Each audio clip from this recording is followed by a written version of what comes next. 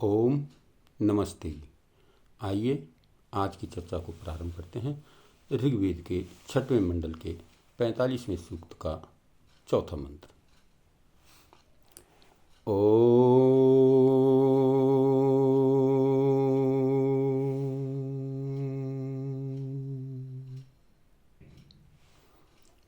सखायो ब्रह्मवाहसी चर्त प्रचरागायतः स हि नः प्रमतिर्महि।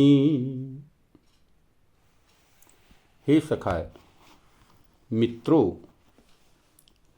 ब्रह्म वाहसी वेद और वैदिक ज्ञान को धारण करने वाले तथा उन वेदों को हमारे कानों तक पहुंचाने वाले परमात्मा की अर्चतः स्तुति प्रार्थना रूप पूजा करो।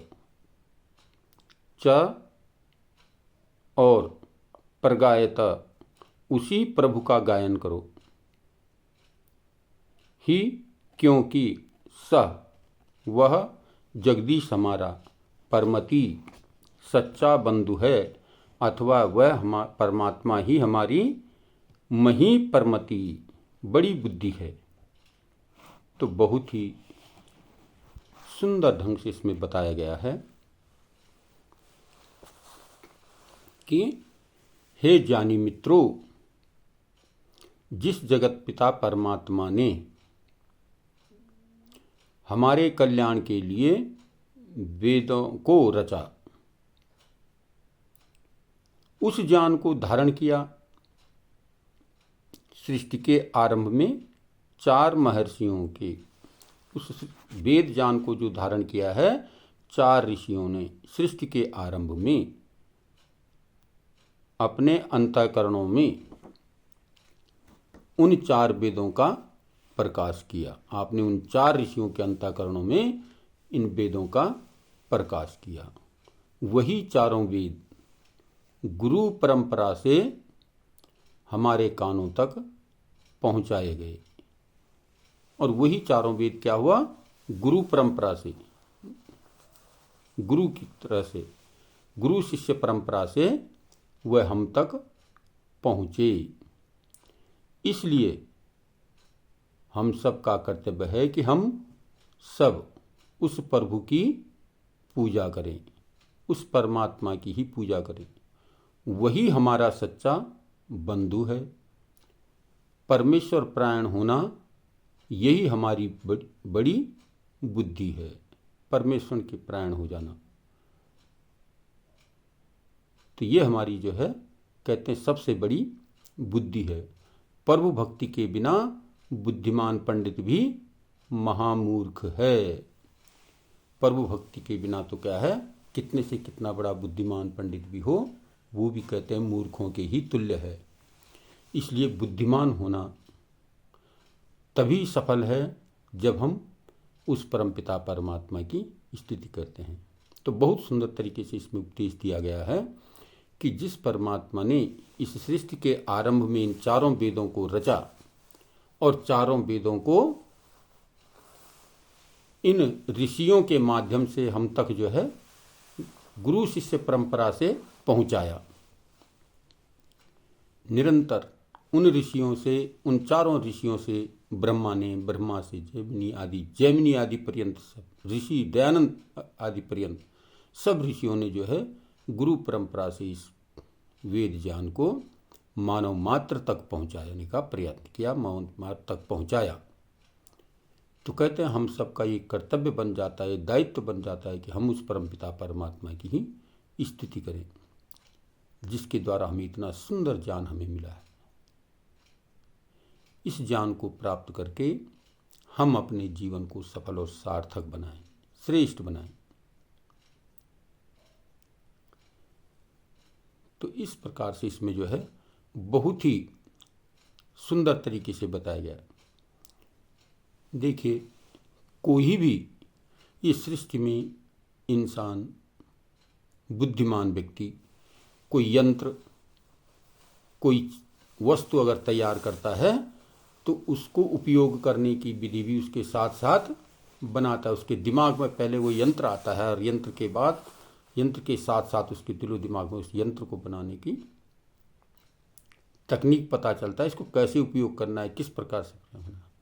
और जब वो यंत्र बना करके वो वस्तु बना करके तैयार कर देता है तो फिर हमें उसके साथ साथ उसकी एक पुस्तक साथ में भेंट करता है। जब भी आप कोई भी वस्तु खरीदने, ऐसी मशीनरी या कोई वस्तु खरीदने इस प्रकार से समाज में जाओ, मार्केट में जाओ, तो मार्केट से हमें जो है उस वस्तु के साथ साथ उसकी एक बुकलेट, एक पुस्तक साथ में मिलती है। जैसे मोबाइल है, टीवी है, फ्रिज है, अन्य उपकरण, जितने भी उपकरण बनते हैं उनके साथ साथ एक बुकलेट मिलती है कि भाई इस वस्तु को इस तरह से इस्तेमाल करना है, ये इसको इस्तेमाल करने का तरीका है, ये बटन दबाओगे पंखा चलेगा, ये बटन दबाओगे पंखा बंद हो जाएगा, ये बटन दबाओगे तो ऐसा काम करेगा। इस प्रकार से उस यंत्र को उपयोग करने का तरीका उस पुस्तक के अंदर दे देता है।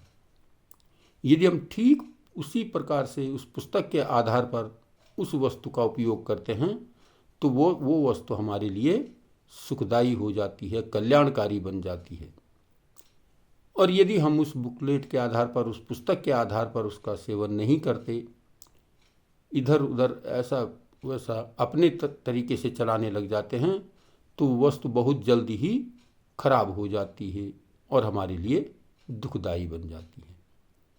हजारों लाखों रुपए की वस्तु भी जो है हमारे लिए बेकार हो जाती है।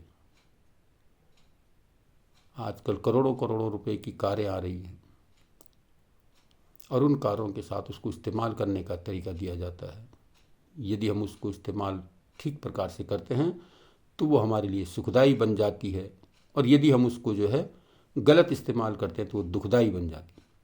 तो ठीक इसी प्रकार से परमपिता परमात्मा ने सृष्टि के निर्माण के साथ साथ ही हमें वेद का ज्ञान दिया, और यदि हम इसके वेदानुकूल अपने जीवन को चलाते हैं, इस पुस्तक के आधार पर, इस वेद के आधार पर हम अपने जीवन का निर्माण करते हैं तो जीवन सुखदायी बन जाता है। और यदि हम इसके विपरीत कार्य करते हैं तो फिर जीवन दुखदायी बन जाता है।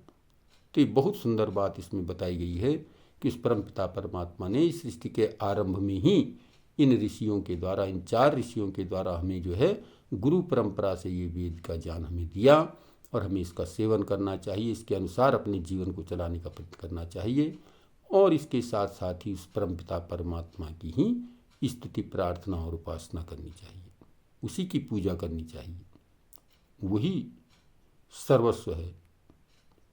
इसलिए हमें सबसे बड़े महान परमपिता परमात्मा की ही पूजा अर्चना करनी चाहिए। उसी से हमें सब कुछ प्राप्त होता है और होता रहेगा। इसलिए हमें जो कुछ भी मांगना है उस परमपिता परमात्मा से मांगें और उसकी पूजा और अर्चना करें। ये वेद मंत्र हमें बता रहा है कि हमें वेदों के अनुसार अपने जीवन को चलाते हुए गुरु शिष्य परंपरा के आधार पर अपने जीवन को सफल और सार्थक बनाने का प्रयत्न करना चाहिए, और केवल उस परमात्मा की स्तुति करनी चाहिए। तो आइए आज की चर्चा को यहीं पर विरमित करते हैं। ओम शांति।